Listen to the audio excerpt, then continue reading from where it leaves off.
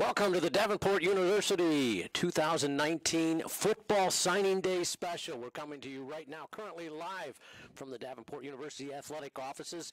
I'm Rick Berkey, along with the head coach Sparky McEwen, to talk about the football signings, transfers coming in from different colleges, high schools as well, and we're going to go over a number of things, especially when we get to the high schools. Sparky, before we go over what's going to happen in this show, we should mention that there are still some of your class that are still coming in as we speak, and you're not allowed to comment on anybody unless we actually have that paper in hand, correct? That is correct. By way of NCAA rules, we have to follow those things, those guidelines. So we won't be able to comment on a few of those kids, but as we speak, there's some that could be coming through.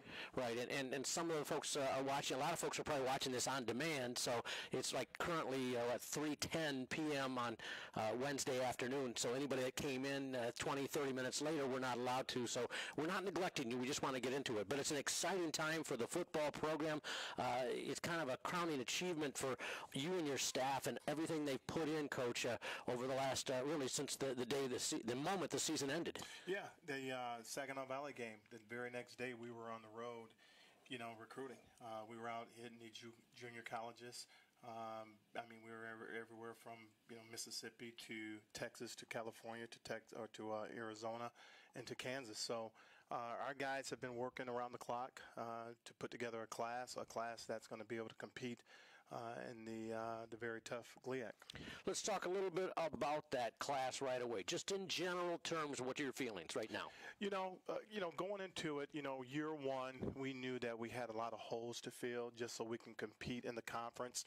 And we did just that. We were able to fill some holes going into this second season, and we were fortunate in a number of ball games where we could have very easily lost the ball games, okay? But the nice thing is, from the year before, if you recall, we're in 3 or 4 overtime games. So our kids from year one to year two, they learn how to compete. They learn how to win those close games from the year before. So we just truly felt like going into the off season that we could continue to bridge the gap with talent, and so we're able to go in and compete and be more respectable in the GLIAC, and I felt like we did that. We'll get to the players in a little bit, but in general, the focus, Coach, I know that you've got a lot of quality players coming back, especially on the defensive side. What was the focus going in as far as, or does it not really matter that much because are you just saying we're just going to get the best players we can? No, it does. It does. It matters tremendously. I kind of treat this here recruiting season, going back to my days coaching professionally in the AFL, it's free agency for us, okay? And I really feel like that's why we're able to bridge the gap in my first year, just because of having that mindset. And now my staff has done a really good job of understanding how that needs to work. This is still a work in process here, okay? We know that we've got a long ways to go. When we bring in the transfers, whether it be junior college guys or guys coming from, four-year institutions, those guys are only going to be here for 2 years, okay? Well, we put a lot of focus on our class with the high school kids. Those are the kids that we plan to develop, and then in year 2, year 3, we're looking for those kids to impact our program, and then all of a sudden, you just have to reload. You're not rebuilding, but you're just reloading because now those 4-year kids, they're able to impact your program for the next few years. Pretty good balance overall right now. I mean, currently you're looking at like 24 offense, 24 defense, and 4 special teams when you combine all of it. It's a big class. We've got 24 on offense, 24 on defense, and the way we went into this thing, we wanted to go into a 2 deep on both sides of the ball, and one of the areas that we struggled in was the special teams area, and we looked to bolster that special teams area with some of the kids that we've brought in, and then some, transfers as well, because that's so important to us. And one of the problems we ran into last year was depth. Depth was the issue, but just like any team in the conference, we don't make excuses. You just got to play. You got to play with the hand you've been dealt. And that's been a focus of ours on the off season to get bigger, stronger, faster. When I had a meeting with the players, they said the number one thing that they could tell that was a major difference was the strength. Okay, the strength of the GLIAC. The guys they're bigger, they're stronger, and our guys right now are working their tails off to make sure that we get in there and we can compete at a strength level as well. Tell the Panther fans out there, Sparky, if you would, how you assign your staff as far as once the season ends last year. Is everybody given a particular area to focus on, or is it how is it divided up amongst your staff in terms of recruiting? Well, that's a great question, because for recruiting for us, there's two seasons. Okay, there's our season for the transfers, and then there's the seasons for the high school kids. So, and we actually attack that thing differently on both ends. When it comes to recruiting the community college kids and the transfers, there's a certain style of recruiting that we do there. Okay, and then when it comes time to recruit the high school kids, we're pretty much the same as every other staff. Where, if it's if it's Alvance Robinson, okay, he's going to have Ohio. He's going to have a certain portion of Michigan and Illinois. So that's pretty much how it's done throughout our entire staff. So, we have a system in place, and the only time you can tell if it works is 4 years in. How's your team looking? How's your team doing? And now 3 years in, you mentioned, especially on the high school level, Coach, that your staff has been going into a lot of the schools across the state and across the Midwest. So now they're starting to build those relationships with those high school coaches, which is so crucial. It's a great point. Something great that you're touching on there. Consistency. When you start looking at some of these better teams in the GLIAC, you look at you look at Saginaw Valley, Grand Valley, Ferris State. These teams, if you look at their staff, the continuity, they've been there for a number of years. Okay, that's the way you establish championship, pedigrees. If you keep those same staff members, intact. And we were able to do that, since I've been here now. We just completed our second season this February, and I haven't had any turnover there. So having those guys go into those schools and know those, recruiting areas and those coaches familiarizing themselves with DU and the school, that helps us out a lot. All right, well, let's get to the most exciting part of it, the players that have committed to wear the DU helmet, and we're representing Davenport as student athletes for a number of years to come. Let's start with the transfers from other colleges. First of all, defensive lineman from Arizona State, Abe Thompson. We lost a couple, big guys, on our defensive line. I think that's why we were able to bridge that gap this year, because we were pretty solid, up front. So we were able to go out and land a guy that plays defensive end from Arizona State. This guy right here, he's a very solid, competitor. He's one that's going to help us out on the D-line. We felt like we were solid up front, but we felt like on the perimeter we weren't able to get after the passer the way we would have liked. So having him here, we're excited about that. You've had a lot of success in community colleges as far as getting transfers over, and a young man who played for a very fine community college program in Garden City Community College in Kansas, Devon Hill, a defensive lineman, he's coming in. Yes, absolutely. He's one that's going to help us with our depth, because we've truly struggled in that area now that we've departed a couple of big D linemen in there, so he's going to be able to plug in as well. All right, you've had that California connection, and you got from Fullerton College out in Southern California, Jaden Gardner, a linebacker. Yeah, losing Chad Thornton and a couple of linebackers that we had in depth, we really felt like we've bolstered that group pretty much here. I think we're going to be better, a little deeper in talent at the linebacking position, and having this guy, our fans, he's going to be a fan favorite. He just flies around. He gets after people pretty good, so we're excited to have him here. We mentioned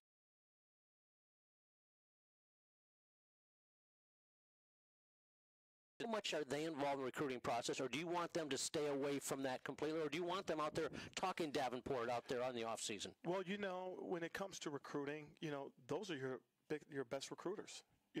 If those guys are having a great time on campus, if those guys enjoy what they're doing, if those guys love their coaches and their teammates, those are the ones that become your best recruiters. And we actually, Rick, believe it or not, we have our 18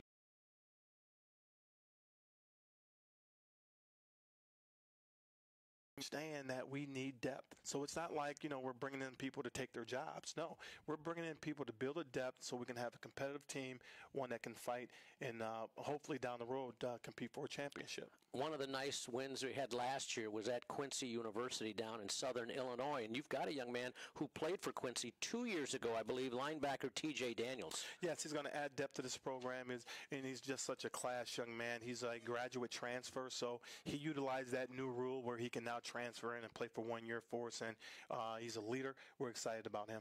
Staying in Illinois, from Illinois State University, linebacker Jalen Battle. Actually, Jalen's going to be a hybrid guy. He may play a little secondary, or in our scheme, a rover. He adds size to our defense. We really felt like last year that, obviously we weren't even close to being one of the larger teams like, the Ashland.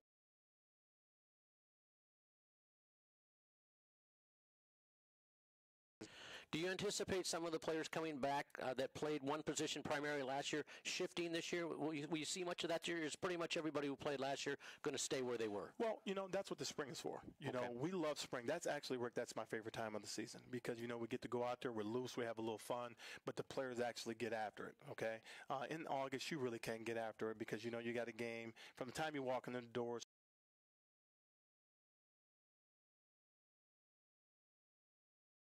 so in the spring, we really get after it. So we're going to find out a lot about this team this spring.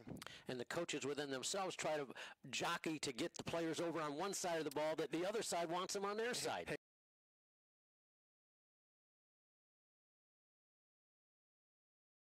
And it happens. My background is in the AFL, and if you think about the old AFL, it's two-way players. So we've got a number of guys this year, like Liam last year played, some tight end for us. Okay, but now he's already moved back over to the defensive side of the ball. So, we're not afraid to, experience, with guys going over on the other side of the ball. Program that's made its mark nationally is University of South Florida, and you've got defensive back Kendall Sawyer coming up from USF. He may be the fastest guy I've ever seen. Okay, this guy can fly. He's a corner. He's rangy. He's got great length. If I'm not mistaken, coming out of high school, he's a 4-star.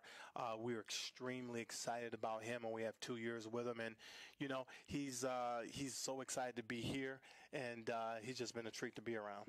Well, your staff showed they did know the way to San Jose as they went up to San Jose State and got defensive back Jeremy Kelly to come over here to wear the Panther black and red. Another big body secondary guy. In this conference, you have the bigger receivers. When you have the larger receivers, you've got to have guys, that can go out and compete with those guys as well. So we do a pretty good job on the defense side of the ball of really developing guys. So, our safeties understand how to play corner. Our corner understands how to play safety. And we got to find someone to replace our first-team All-American Brian Williams. All right. That was he's had some great honors since the season ended. Brian Williams did as well. All right. Those are the defensive transfers coming in. Now let's talk about from the offensive side, heavy on wide receivers, starting with Ulyss Gillard, another Florida transfer from Florida International. Florida International, I've always loved my Floridians, and one of the areas that we wanted to focus on the offseason was getting bigger at the receiver position. Now, Vance Robinson has done a tremendous job with our little guys, but we truly felt like in order to compete at a high level, we're going to need to line up against some of these bigger DBs with some outside guys. So we brought in some guys that's going to give us a little more depth and some added size, and Ulyss has done a tremendous job. What a treat to have a guy like this. This guy comes in from, Florida International, and he's been a treat, with the receiving corps. They love him. Noah Benson, a wide receiver from the College DuPage Community College in Illinois.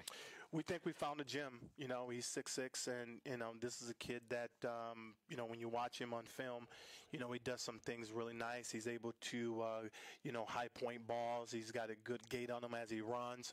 Al Vance does a tremendous job of working with our guys on route running, and that's once again, we wanted to get bigger. Now you're talking about Ulyss at 6'1". Now you talk about Noah at 6'6". Already we've changed our profile at that position. That was something I remember you said in year one. You told me, we have to get taller and bigger at the wide receiver spot. Well, you have to. When you're going to play against these kind of teams in this conference, these teams, especially, when you talk about, the top 3 teams, man, they'll throw fades on you, they'll throw back shoulders on you, and then on defense, they'll just line up and, beat you up on the line of scrimmage. So if we're going to play in the GLIAC, we got to line up with the kind of people, that does well and plays well in this conference. All right. Also a community college wide receiver coming in from Pearl River Community College, Tyler Polk. And that guy, that's from, by the way, Poplarville, Mississippi. Yeah. What was your connection there? Well, I can't tell all my secrets, Rick. I could tell you this, though. It's extremely difficult to bring Mississippi kids to the north. Okay, it's just when you've been in this thing long enough, in the different regions, there's just things that you don't do, and it's been extremely difficult to get a pipeline going from the Mississippi junior colleges. But through my travels, I've met some people, and there's some people that's coaching down there, and this Tyler Polk kid, you want to talk about a dynamic personality and attitude. Our guys love him, and he's going to be one here for the next 2 years, and we're really excited. He's another guy that can fly. He's kind of similar to the guys that you've been seeing here for us, Rick, and he's going to help us out quite a bit. Again, a lot of folks aren't familiar with Poplarville, Mississippi, myself included, but also not many from Nelsonville, Ohio, which is where Hocking College Junior College is, and you've got wide receiver Dennis Smith coming up from Hockingville. Excited about him as well. Dennis he's been doing a great job since he's been here. He's one of the guys that in the locker room already, he's a leader. He's a hard-working young man, and he's going to have a bright future for us. And from Glendale Community College that's in California, right? Arizona. Excuse me, Glendale, Arizona, of course. Kent Cullenber, offensive lineman. That was an area last year of major concern for me. We played the season, and it's very unusual. We had a total of 12 linemen, okay, and that was very unusual, and we're still looking to build that line unit, the depth. We've got a number of guys coming back. We lost 2 kids off the line. We had some young kids, though, that got a lot of quality time, and getting them back is important. It's very important, but these next two kids that we're talking about here, man, they've already stepped in, and they're going to help us out. How difficult is it, Sparky, for transfers who come in? You mentioned that a lot of the guys are already meshing well with the others. What do you and your staff do to try to help build that bond so that these guys can bond together before they start getting out on the field? Well, this has been a very difficult time for us because, like I stated earlier, we were on the road the day after our banquet. Okay, we had our banquet the day of the game because we have to go to work, and obviously there's your work. We brought in a lot of guys, that we signed some guys, and so we're not able to spend enough time with these guys to make sure and oversee what they're doing. You have to lean on your leadership. Okay, to open their arms up to the incoming guys and to make sure that they can steady the ship until the coaches get back on campus, and then we'll begin, our team building and team bonding things with these newcomers. And our final transfer we're going to touch on today, an offensive lineman, Anthony Scott. Anthony's a guy that I've been chasing, across the countryside for the last 2 years, and I was finally able to land him, and he had some work to get done in the classroom. He achieved those things, and he's a guy, once again, great personality, great character, and he does a great job for us. He's one that can play multiple positions on the field, and I just think that when you have linemen, for us, it's going to be the line position is the toughest position to come by. Okay, it's hard for NFL teams to find quality linemen. Okay, so in the offense that we run, we don't have to be as big on the perimeter, on the edge of tackle. We'll take a guy that's 6'2", 6'3", and turn him into a tackle just because of the style of play that we have right now. And just simply by the nature of the game, you can't get enough quality offensive linemen because you're going to go down. No, they're going to go down, and knock on wood, we were fortunate last year. Deontay Reynolds went down late in the season for us, and he was an all-conference, all-GLIAC kid for us, and man, I tell you, man, I was very fortunate not to, lose any more linemen than what we did last year. So we're not done. We still got a couple guys that we're chasing that we hope to get in here before the summer starts. Well, that's a brief look at some of the transfers on the defensive and offensive side of the line of scrimmage. Let's get to the high school, and there's a lot of them out there, and we're going to try to get again, just to reiterate in case you're picking this up a little bit later in the broadcast, that Sparky can only, by NCAA rules, talk about players who actually have their sheets in, and we just got one in while we started the program. We'll get to that a little bit later. So if they didn't come in and you're watching this on demand, it's because we didn't have it by the current time, which is 3:30 Eastern time here on Wednesday. All right, let's get to the high school list right away. From the east side of the state, River Rouge High School, running back Khalif Jenkins. Great program over there. Coach has done a tremendous job, and whenever you go to these winning programs, you can always know that you're going to attract kids, that have been coached up. And Khalif, I think, has a bright future, and he's one that's going to continue to build depth into our running back room. You've had some luck with Rouge kids here. Yes, we have. And once again, it just goes back to, and all coaches do this, you try and go over and recruit kids that that's been developed, that they understand tough coaching and that you can coach them.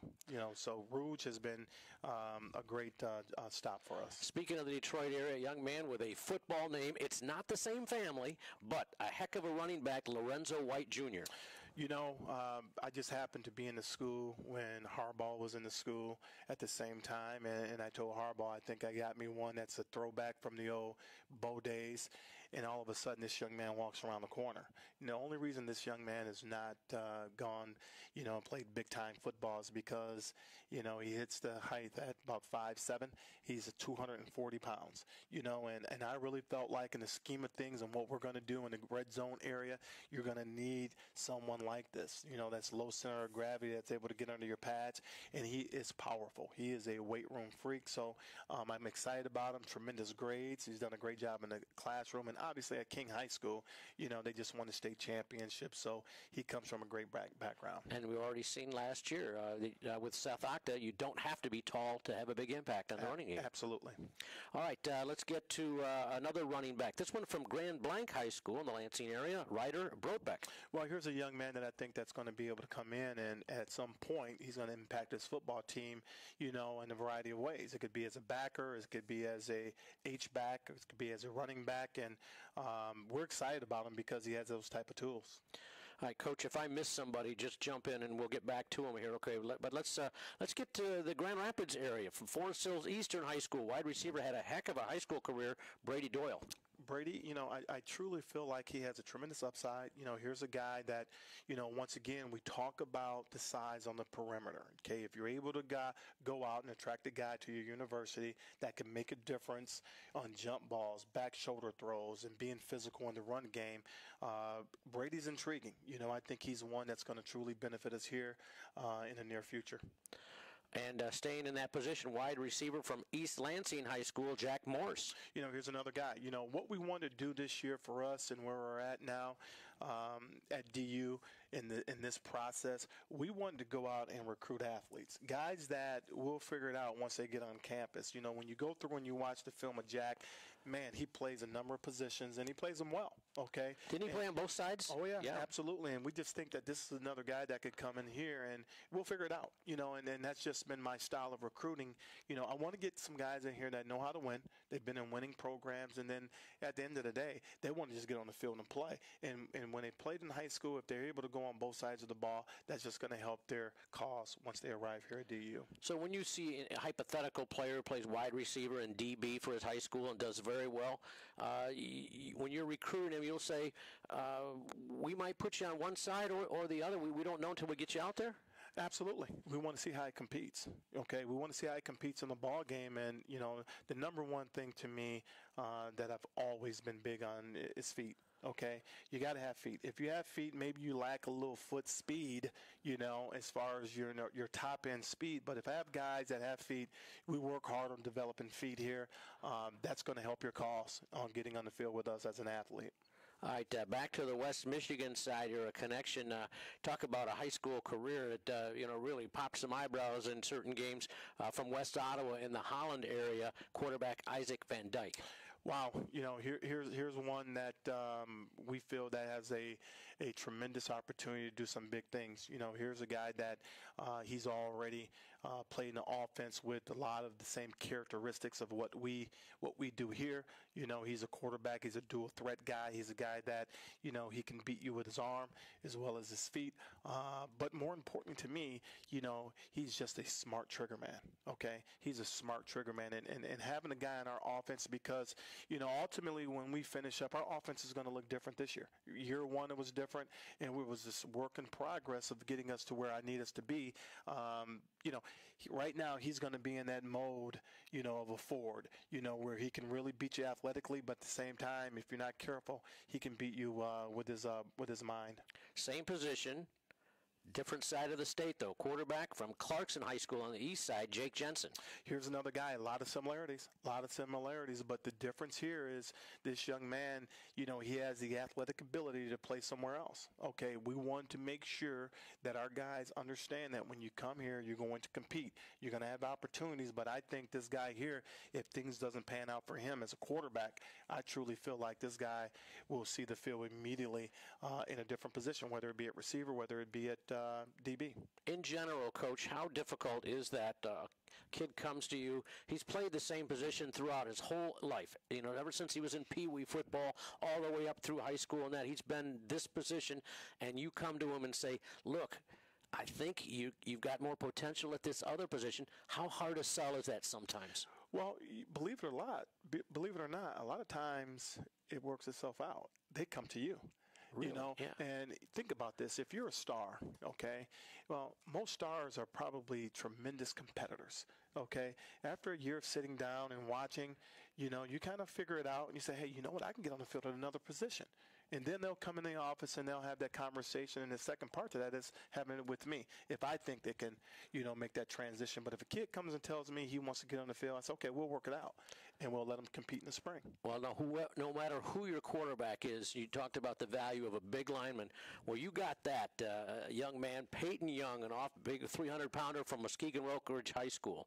Excited about that one. Very, very, very excited about that one. This is one that he had a number of, teams that were after him, and great family, come from an outstanding football program and head coach, landing him here as a leader, as a football player in our community in West Michigan. This is big. This is important to us, and we're excited that he decided to stay home. I remember seeing an article on M Live on him when he committed to Davenport, and how he mentioned his relationship with Coach Freeze was a really big part of his getting connected with Davenport.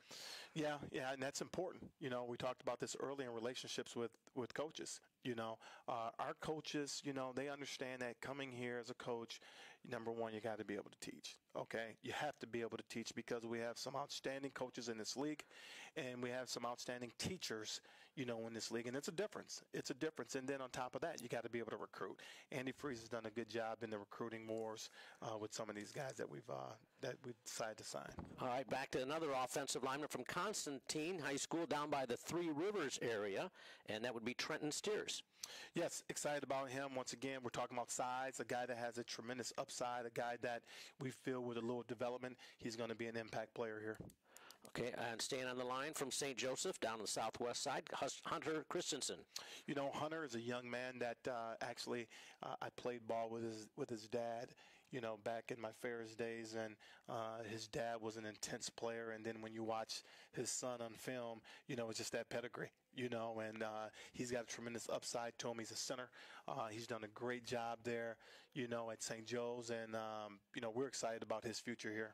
So how often does that happen now in your coaching days, Coach, that, somebody you played with or against now has a kid coming up through? I know it means you're getting a little older, but at the same time, absolutely. But how often it's a great connection to have? It is. It is, and you talk to the dads, and, obviously the nice thing about that is that sometimes, you'll speak with the dad in regards to this, and the dad understands the process, okay? And, and they don't live through their kids' eyes or anything like that, so they'll just allow them, to grow in the position and to be the player that they are.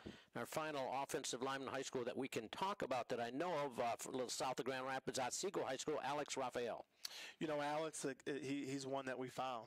We found him late, and we're excited about him. He's going to have a great opportunity here. He's going to have to get in the weight room.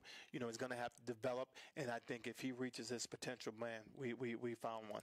Did I miss anything on the offensive side? I see you're checking your phone for Twitter updates there. But I think did we get everybody? We're pretty good. You're still waiting on players. Again, if they come in afterwards and they've got, is there a deadline when they have to have it by, or is it whenever they send it in? They could send it in a week from now or a month from now, or has it got to be? Well, if they want to play for Davenport, they better get it in by sundown. Okay, that's a good thing there. All right, that's the offensive side of the high school players who have signed, and looking forward to it. Let's get to the defensive side, and a young man that you're really on high. I'm from Detroit Central, and I forgot to ask before we went on how you pronounce it. Is it Iquan? Iquan Cobb, defensive lineman from Detroit Central High. Powerful young man, and like I said before, if you think about Ornishka Webster, the freshman that played for us this year, true freshman. Here's a guy that potentially may be in that same mode. Okay, that's pretty high praise. Yeah, exactly. And we're looking for this guy to come in and compete. He's a big man. Okay, and once again played at a program that's up and coming right now. And man, he's important to us right now. We're hoping that he can come in here and make some noise early. This an established high school power in the Detroit City area, of course. Detroit Martin Luther King High School. And you've got another DL coming, Walter Landers, from there. Between the two of these kids, we think that both these guys have the physical ability, the tools to come in and play in the GLIAC early. Now, they're going to struggle because it's the GLIAC, but physically, you're talking about two guys right now with 225-pound bench press. Both of these kids do it, 20-plus times right now. That's a tremendous mark at such a young age. So both of those kids, we're hoping that can come in and impact the program soon. You've got another lineman coming in from a school that I'm not too familiar with over on the east side in Sterling Heights, Parkway Christian High School. Well, it's a young man that did I give the name? I'm sorry, Bryce Perko. Yeah, yes. Right, okay. It's a young man in Bryce that when you watch his tape, tremendous athletic motor. Okay, this kid is all over the field. He's got some things to work on in regards to strength, core strength, and things like that, but he's got a great frame on him. Once again, we talked about this, Rick. I wanted to upgrade our profile in players, and here's a guy with great size, one that I think that he can run. He's physical, and if he continues to do things the right way, he'll see time early. Well, a lot of linebackers we're going to be talking about here on the high school side. We'll start with that River Rouge connection. Once again, Yusuf Abdul Aziz. Yes, Coach Walker. Coach Walker is, he's been on top of this guy, and, Coach Walker does a really good job in recruiting, the linebackers. And one of the things that we talked about as a staff is that we wanted to recruit athletes. So, we took a few more linebackers than what we normally would because we feel like a linebacker could potentially, become or grow into maybe an H-back, depending on, if he's a linear kid, can he play defensive end, so, it's one of those things at the linebacking position, we want athletes, guys that can run. This kid right here, he can run. Once again, he's coached by a great coaching staff over there at Rouge, and if he continues to do things the right way, this is one as well that can potentially see time here in the next 2 years. You also took advantage and have before with that great coaching staff over at Zeeland West High School, John Shillito's program over there with linebacker Ross Bowman. Yeah, you know what? Coach Shillito was extremely high, on this young man. And, how can you go wrong when John tells you to take a kid, and, we were talking about a Hall of Famer, legendary, coaching himself. And what a class guy. When we talk about him in the room with the coaches, they talk about his character and how hard he plays and his work ethic and just being a tremendous effort guy, so excited about him playing for us. My notes are a little scribbled here. Can we talk about this gentleman right here? Yes, Kewan Parker from Lansing Everett High School. Okay, absolutely. He is in. Okay. He's one as well that I really truly feel like that, he can come in here and he can impact this program. He's a guy that can run, he's a physical football player. He's one that we expect to continue to grow. Sometimes, you look at these kids, Rick, they're going to grow more. Okay, and we got a number of guys like this that we've gone in, and they may not have had the greatest, high school career, but you could tell that they have a tremendous upside. They have a high ceiling, and a number of these guys here on our list, those are the kind of guys that we went after. And a young man who came in since we started our program here from Mason County Central, Austin Hoffman. Yes, Austin. We've taken a couple kids from over that way, and I think he's the first kid to ever go and play college football on scholarship in the history of their school. Oh, that's great. Yeah. That's now, a great story. When you watch him on film, he's a tremendous athlete. He lines up all over the place. No, yeah, this kid's even lined up at, running back, and he was the tallest guy in the stadium when he was at running back. So that's the type of athlete that he is. Okay, we got an athlete there, so he's one that, once again, he's going to bolster that profile that we're looking for. Well, here in Grand Rapids Northview High School had one of its best seasons in a long time last year, and you've got linebacker Jalen Williams coming over from that. We had a lot to do with their success. Jalen had a lot to do with their success. You had the Kennedy Smith kid at quarterback, and you had Tierney that's gone off to Grand Valley. Those are the quarterback and the receiver that put up huge numbers. But this kid here, you and I both know, you don't win games if you don't play good defense. This kid here, he did a great job for him. And we're expecting him to come here and continue to work hard to get on the field. Went southwest of Chicago, Downers Grove, Illinois, Downers Grove North High School for linebacker Joe Passarelli. True Mike, a guy that we look to come in here and play the Mike, backer position. And, man, he's got a, great family. And, coming in on a visit, we fell in love with him. He's a leader. He's got a high-energy guy, and he'll get after you. And does he have a middle linebacker's name, Joe Passarelli? That is a perfect name for a linebacker. Perfect, and he plays that way. Yeah. He plays that way. Also a linebacker from Roger Bacon High School, and I had to do a little research on that one. That's outside of Cincinnati, Zach Capel. Yeah, we've got a couple coaches here that, we've reached down into the Ohio area for our players, and we'll continue to do that as well. This is a player that we really feel like because there's a lot of Division II Ohio schools down there, and we had some battles on this one with him. So getting him here, man, we worked hard, and he's now a Panther. Seen, by the way, doing Davenport basketball games the last month or so. I've seen a couple times. I've seen groups of your recruits coming through, to see them. What's involved in a typical recruiting trip? Just to summarize quickly, what are they? How long are they on campus, and what do you have a chance to show them while they're here? Well, it changes for us. If you're a transfer coming in or a community college kid coming in. Depending on their season, we'll have overnight trips. We'll have day trips where they'll come in, they'll go through an admissions process, they'll see our university. We'll have presentations set up for them with the coaches. I'll have presentations set up with the parents. So it varies. Our situation here is very unique, because of being fresh, to football at the NCAA level. So we have to do some different things in the recruiting, and we recruit throughout the week, on the weekends, whatever it's going to take to get talent in here. All right, you got a young man from Southwest Michigan, St. Joseph High School, Derek Holowasko. I apologize if I messed that up. Nope, that's correct. Once again, size. There's that profile we talked about again. And at the linebacking position, here's a young man that could potentially, at some point, you might see him line up, on the other side of the ball as well. Hamady High School from the Flint area, another linebacker, Deshaun Gibson. He can run. Okay, he can run. We've got in our scheme, he potentially could play, two of those positions at the linebacker spot, and with his speed, he's a difference maker. Also, a good multi-talented young man from Dowagiac Union High School, Dylan Hill. Dylan Hill, similar. Another guy that we received some calls on, and a lot of times, you lean on those recommendations, and Coach Walker spent some time with the appropriate people there, and we felt like this is going to be a good one to fit the profile for a DU football player. We mentioned on the offensive side how you connected with Coach Ryan Oshnock's program, West Ottawa, a good friend of yours, I believe, and you got a defensive back, Jason Fairfield, coming over. He had a great career there. Ryan spoke very highly of him, and once again, just like Shilto, Munger. When you start talking about, the Fairfields, when you start talking about these coaches that win and they know talent, Ryan, it was just a look in his eye about this kid, and we love, his physicality. He's got good ball skills. This is a kid that we know that's got a ceiling, and we feel like he's going to max out, and he's going to benefit in our program in the style of play, that we have.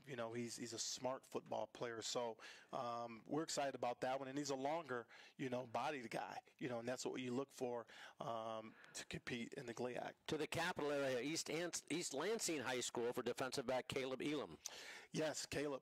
Caleb had a number of GLIAC teams, fighting for his services there, and we're excited. We're excited about this one. Once again, we're talking size. He's that prototypical guy you look for. He's long. He can run. They had a very good football team over there. Had some talented players, and a number of their players has gone to different schools in the GLIAC, and we won on this one.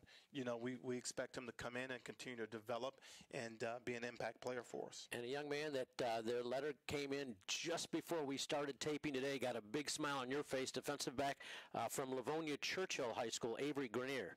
Yes, here's another young man that can go either side of the football. Okay, we're bringing him in as a DB, and you want to talk about size. You want to talk about being a playmaker.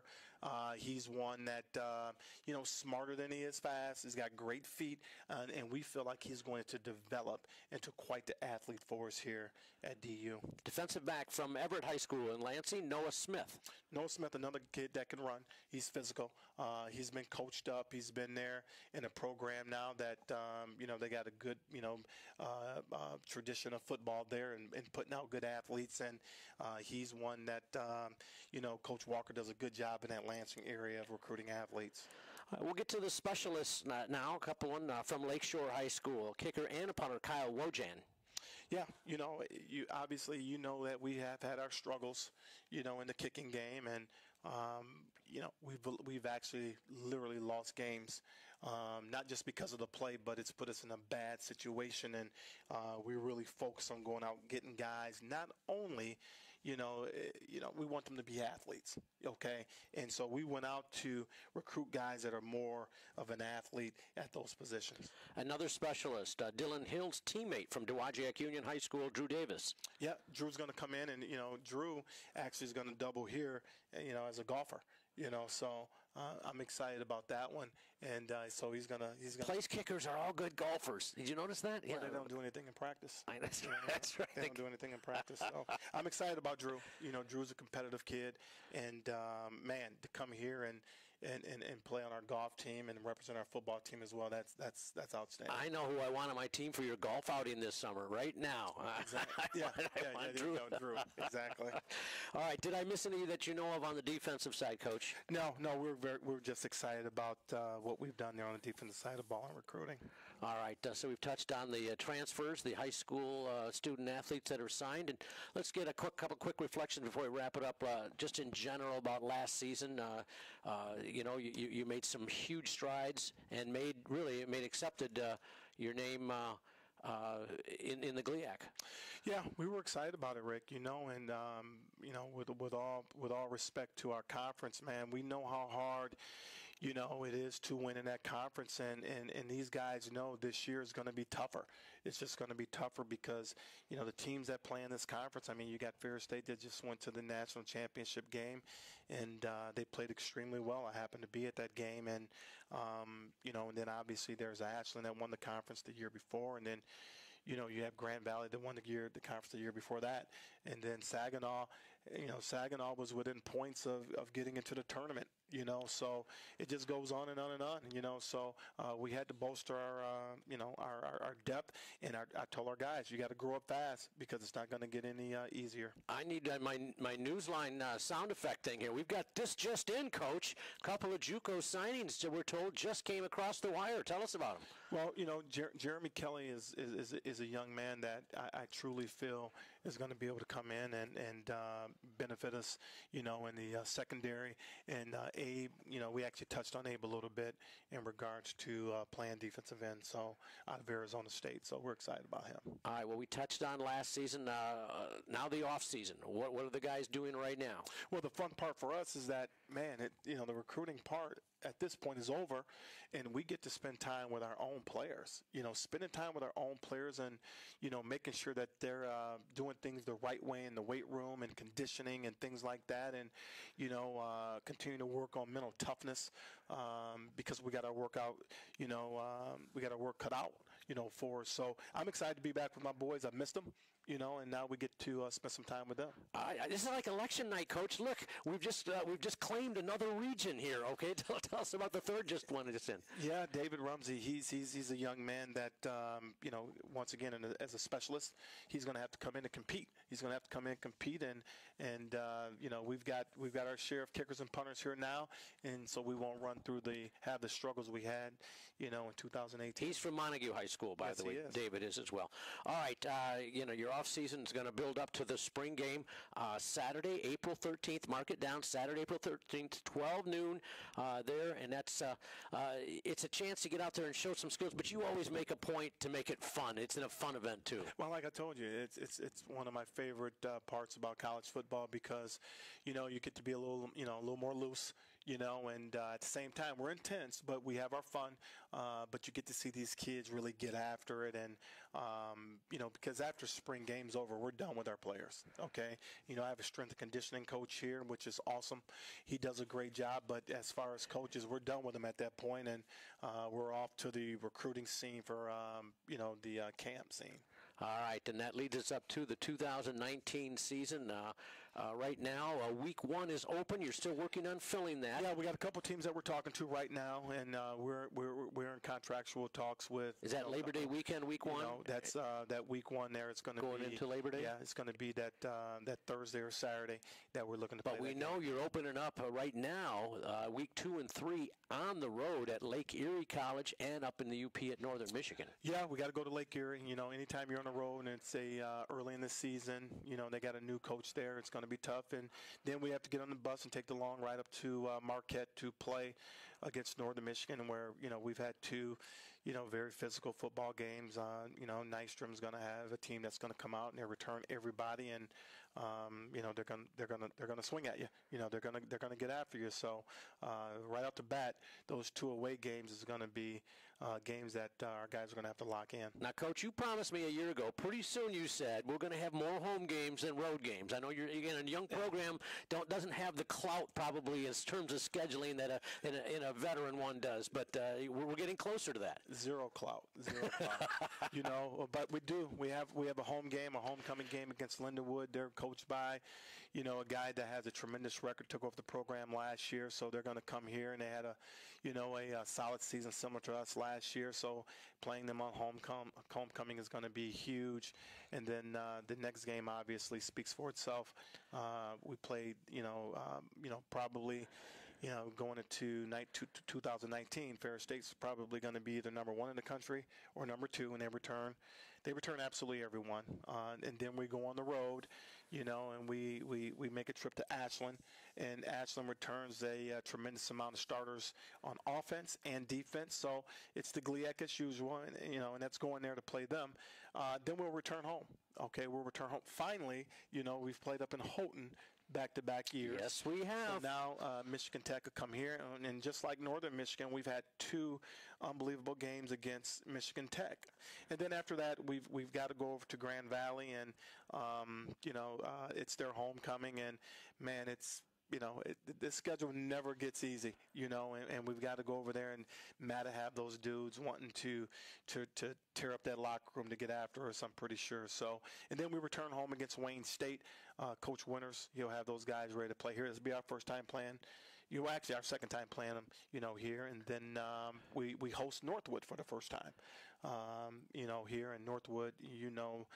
Boy, they play us extremely, extremely tough the last 2 years. And then we go away and we finish at Saginaw Valley, which returns a tremendous amount of their team off an 8-3 campaign. So that's why we go and recruit as hard as we do, because of what we just talked about, that schedule. And now, Coach, one thing we should mention, because Davenport in its second and final year as a D2 provisional member, yes, will be official D2, assuming all the I's are dotted and the T's are crossed, starting in the fall, which means the sky's the limit. Before your 2 teams here, you knew the end of your season was going to be that final date. Now you've got another carrot to hold out in front of those. They can play not only for a league title, but a possible playoff berth. That's everyone's dream. It's everyone's dream to play into the second season, and As a coach, we like to make sure that their focus is on week one and obviously play one and quarter two. But, right now it's official on the end in regards to if you can go on into another season. And that's nice. That's nice. And the one thing I can remember is last year when Ferris State is 6-0 and Grand Valley 6-0 and DU is 6-0, it was stated that, DU can't qualify for the tournament. And, I never even thought about it, because as a coach, you just keep your head down and you just work your tail off to be the best you can be. But no longer, we